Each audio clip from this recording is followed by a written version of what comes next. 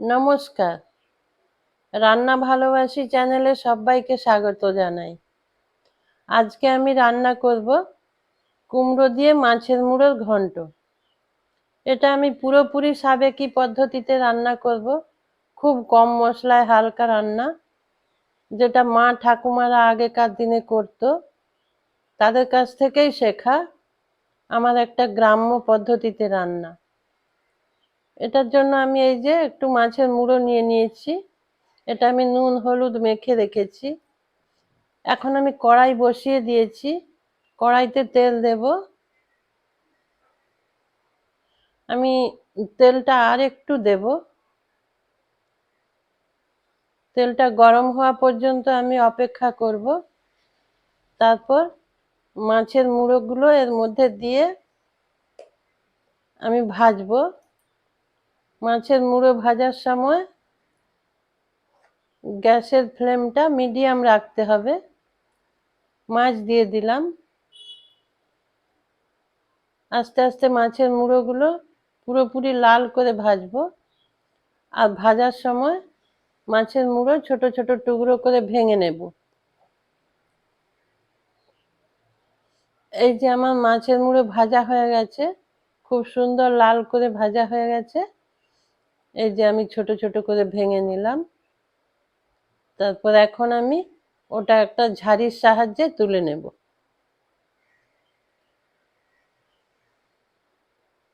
আমি কড়াইতে আর তেল দেব না, ওই তেলের মধ্যেই রান্না করব। এখন আমি এই যে এইভাবে মাছগুলো ভেজে নিতে হবে। এখন আমি তেলের মধ্যে কিছু ফোড়ন দিয়ে দেব। ফোড়নে আমি এই শুকনো গোটা লঙ্কা আর 5 ফোড়ন ব্যবহার করব। দিলাম। এখন আমি থেতো করা রসুন দিয়ে দেব। আর আমি ওতে অল্প একটু হিং ব্যবহার করব। হিং দিলাম। রসুনটা আমি লাল করে ভেজে নেব। লাল হওয়ার পর আমি সবজি দেব। আমি অনেক কিছু সবজি একসাথে নিয়েছি। এই যে তার মধ্যে কুমড়ো আছে, পুঁইশাক আছে, বেগুন, আলু, অল্প একটু রাঙা আলুও আছে, ঝিঙে আছে। বাড়িতে যা কিছু সবজি ছিল সব কিছু দিয়েছি এর মধ্যে। আর পুঁইশাক থেকে পাতাগুলো আলাদা করে ধুয়ে রেখেছি। রসুনটা আমার ভাজা হয়ে গেছে। এখন আমি সবজিগুলো দিয়ে দিচ্ছি। ভালো করে মিশিয়ে নেব। ভালো করে মিশিয়ে নিয়েছি। এখন এতে আমি লবণ দিয়ে দেব আর হলুদ দেব আর একটু লাল লঙ্কার গুঁড়ো দেব। আর আমি এতে কোনো মশলা ব্যবহার করব না। এখন আমি সবকিছু একসাথে মিশিয়ে নেব। ভালো করে মিশিয়ে নেব। তারপর আমি এর মধ্যে পুঁইশাকের পাতাগুলো দিয়ে দেব। দিয়ে ওটাও ভালো করে মিশিয়ে নেব।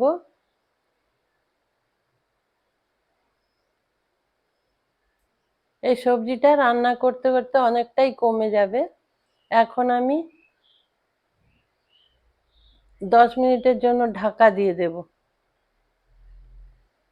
ঢেকে রান্না হতে দেব 10 মিনিট। তারপর আমি ওটা খুলে দেখব কেমন হয়েছে। এই যে অনেকখানি কমে গেছে। আর সবজি থেকে অনেক জল বেরিয়েছে। ঝিঙে, বেগুন, পুঁইশাক এই সমস্ত সবজি থেকে তো একটু বেশি জল বেরোয়। আমি সেই জন্য আর জল ব্যবহার করব না, এই জলেতেই রান্না করব। এখন আমি এর মধ্যে অল্প একটু চিনি দিয়ে দেব। এটা খেতে একটু মিষ্টি মিষ্টি হবে, সেই জন্য আমি একটু চিনি ব্যবহার করলাম। এবার ওটা ভালো করে মিশিয়ে নেব।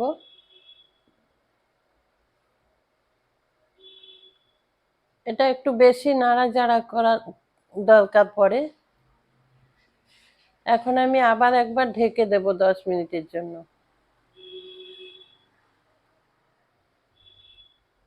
আমি খুলে দেখছি।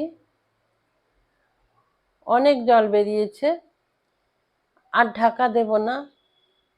এবার ঢেকে দিলে এটা ওভার কুক হয়ে যাবে, সেই জন্য আমাকে এইভাবে নাড়াচাড়া করে, সেদ্ধ হয়ে গেছে সমস্ত সবজি, মাছের মুড়ো দিয়ে দেব। তারপর আমি এটা বেশ কিছুক্ষণ ধরে নাড়াচাড়া করব, যতক্ষণ জলটা না কমে যায়। জল কমে সার্ভ করার জায়গায় এলে তখন আমি এটা নামিয়ে নেব। এইভাবে সবাই রান্না করে খাবেন। ভালো লাগলে আমাকে একটা লাইক কমেন্ট করবেন, সম্ভব হলে বন্ধুদের সাথে একটু শেয়ার করবেন, আর চ্যানেলটা সাবস্ক্রাইব করে বেল আইকনটা একটু প্রেস করে দেবেন, তাতে আমি উৎসাহ পাবো। আগেকার দিনে যখন আমার মা ঠাকুমারা রান্না করতো, খুব বেশি মশলা ব্যবহার করতো না, কিন্তু খুব সুন্দর টেস্টি রান্না করতো। হয়তো শুধু ফোড়ন দিয়েই রান্না হতো। সেরকম ভাবেই আমি আজ রান্নাটা করলাম। এটা ভাত, রুটি বা খিচুড়ির সাথেও কিন্তু এটা খেতে খুব ভালো লাগে। এখন আমি কিছুক্ষণ এটা নাড়াচাড়া করব। এই যে জলটা অনেক কমে এসেছে, আর কিছুটা কমলে আমি এটা সার্ভ করে দেব।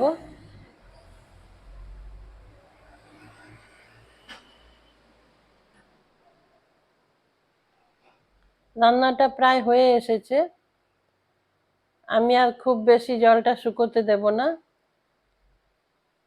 এটা যেহেতু ঘন্ট, একটু তো ঘাটাঘাটি করতেই হবে।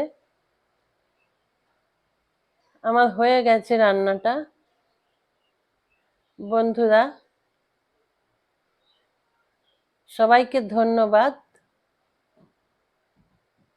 আর সবাই ভালো থাকবেন, সুস্থ থাকবেন, আর এই রান্নাটা রান্না করে খাবেন। এখন আমি এটা নামিয়ে নেব। নমস্কার।